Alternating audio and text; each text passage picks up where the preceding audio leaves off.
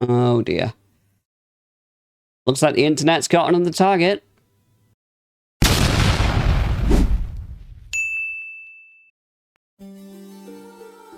Oh dear. This new game seems to be the target of the internet now. What's it called? Flintlock? Or what? Flintlock Siege of Dawn.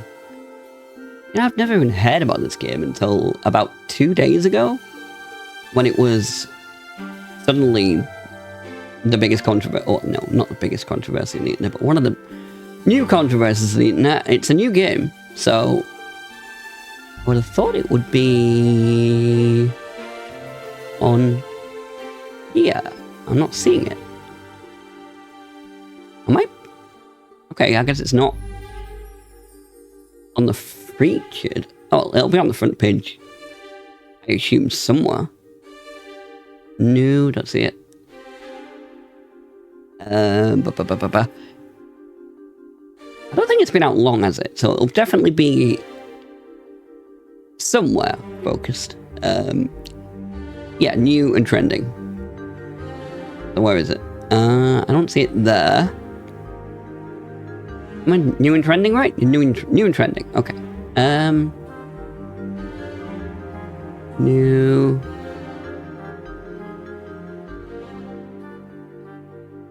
New releases, maybe. Should be new releases, I would have thought. What the hell is it? This game is out. Where is it? Can't be. Wait, no, that's not it. That's something different. Might have to try that one out later. There we are. Found it. Yeah, found it. There it is. Flintlock. Lovely. That was a lot harder to find than I thought it would be. And there we are. Oh, look at that. Well, it's not free to play. Never expected it to be. But I'm not going to lie. I don't really fancy paying that much. What is the point, by the way, in that? What's the point in the two price difference there? Strange. You might as well just get the deluxe edition for that. But anyway, I don't really feel like there's much point in paying for that. And I have a solution. So, yeah. I have Game Pass on PC, and here we are. Flintlock, look at that. Flintlock is right there. So there it is. Let's do it this way instead. So anyway, yep, while that's going off, I'm going to have a little ramble about everything that's been going on lately. Because, yeah, Flintlock is now apparently controversial. Why is it controversial? Well, apparently it's work. Is it work? I don't know. Can we even all agree on what work means anymore? I mean, I have an idea of what work means to me.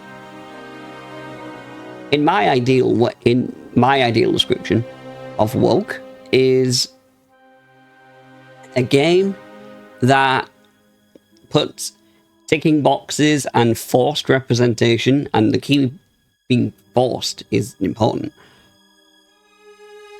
Forced representation over narrative and world cohesion,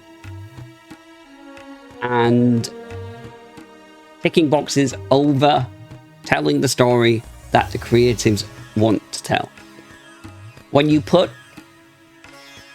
representation in front of the importance of just trying to make a good game and tell a good story and create a good world, that to me is woke. If you're creating a world, and that world that you create happens to be diverse, well, no, that's not woke.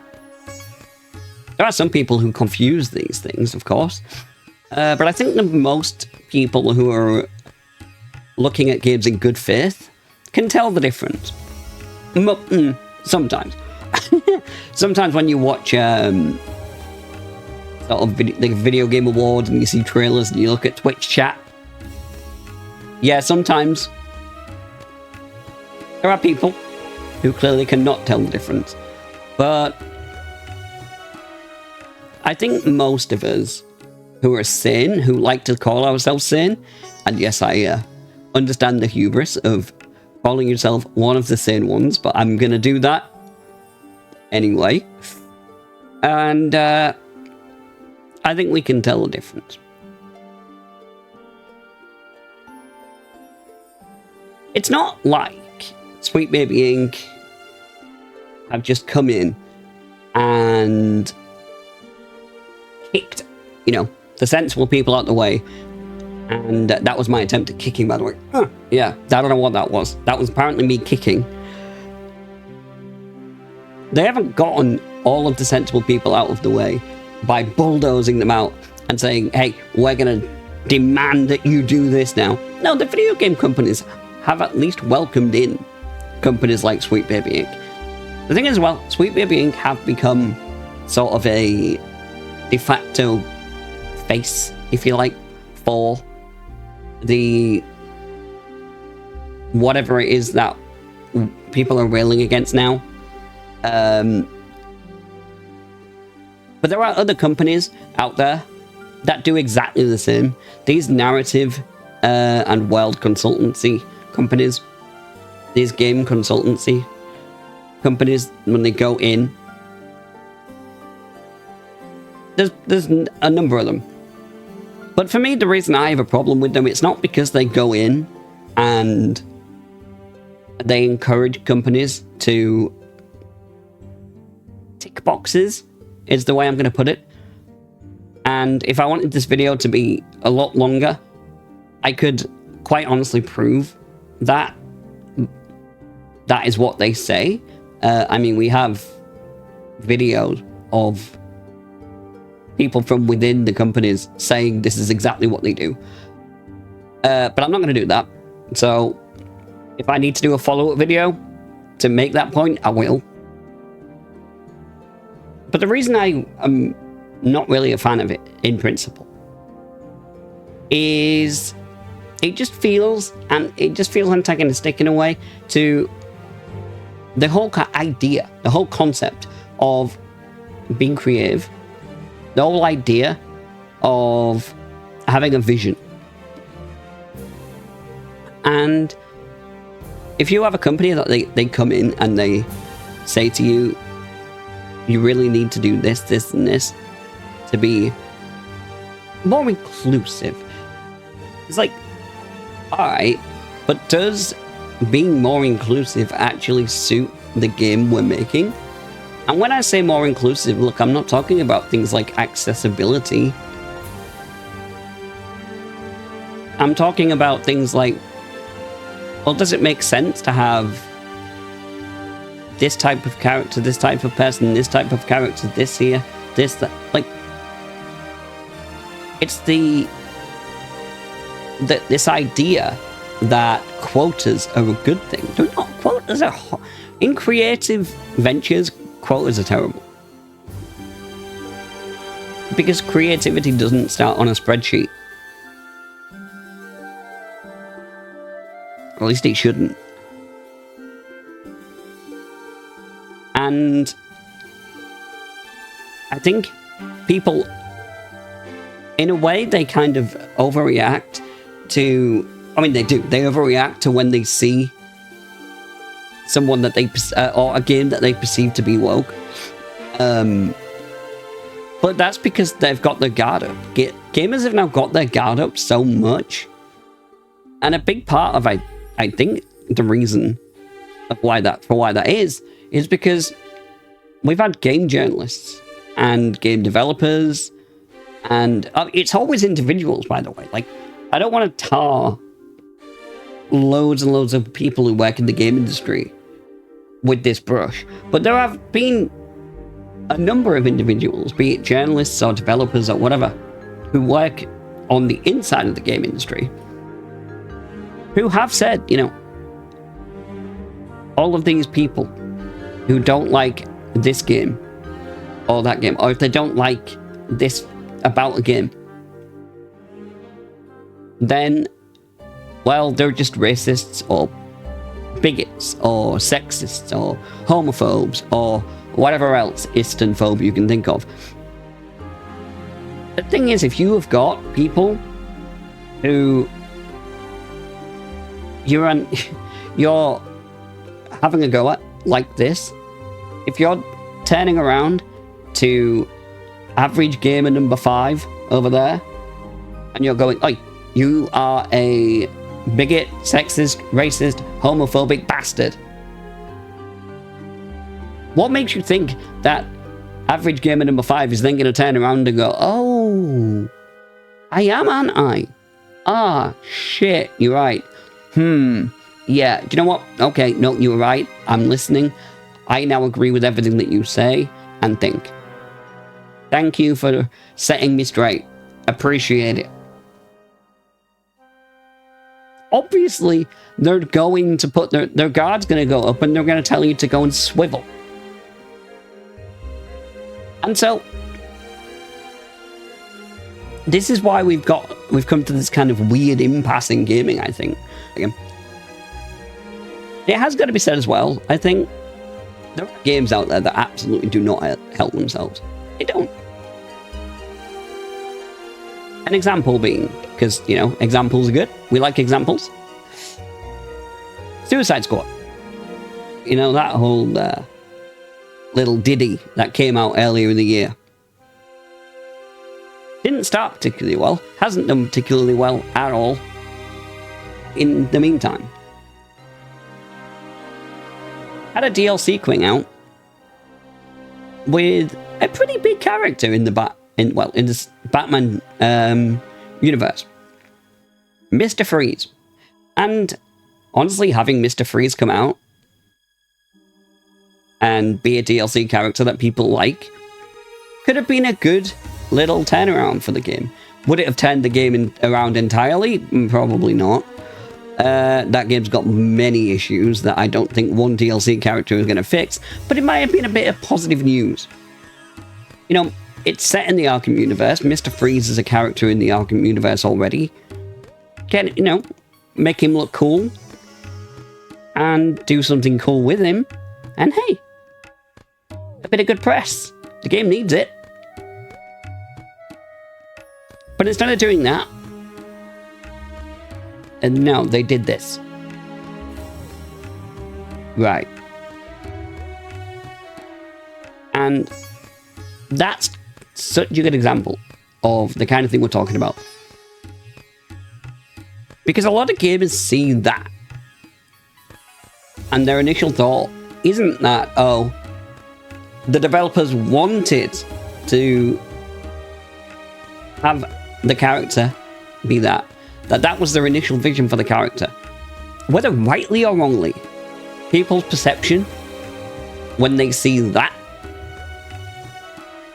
is that the only reason we have Miss Freeze instead of Mr. Freeze is because they're trying to subvert expectations and adding more representation. I don't know whether or not Mr. Freeze, or Miss Freeze in this case, counts as a disability representation or not. I don't know. But I would say being a walking refrigerator is kind of a bit of a disability. But yeah, it's... whether it was the original concept for it or not, people's guard is that up, that they see that and they originally think, damn, that has only been done to subvert expectations and tick another box. Where you see a game like this, like what we have here with Flintlock, and why does the game work? Well, we've got a lead character, from what I can tell, who is a black woman. We don't know anything about this character. We don't know anything about this world. It's a new game. It's a new IP. Does she fit within the lore of the world of this particular game franchise? We haven't got a clue. But people have gotten so guarded now that they're seeing false positives everywhere. And So the problem when it comes to a game like Flintlock is that it immediately gets tarred with this brush of being woke and crap before it's even had a chance to explain itself.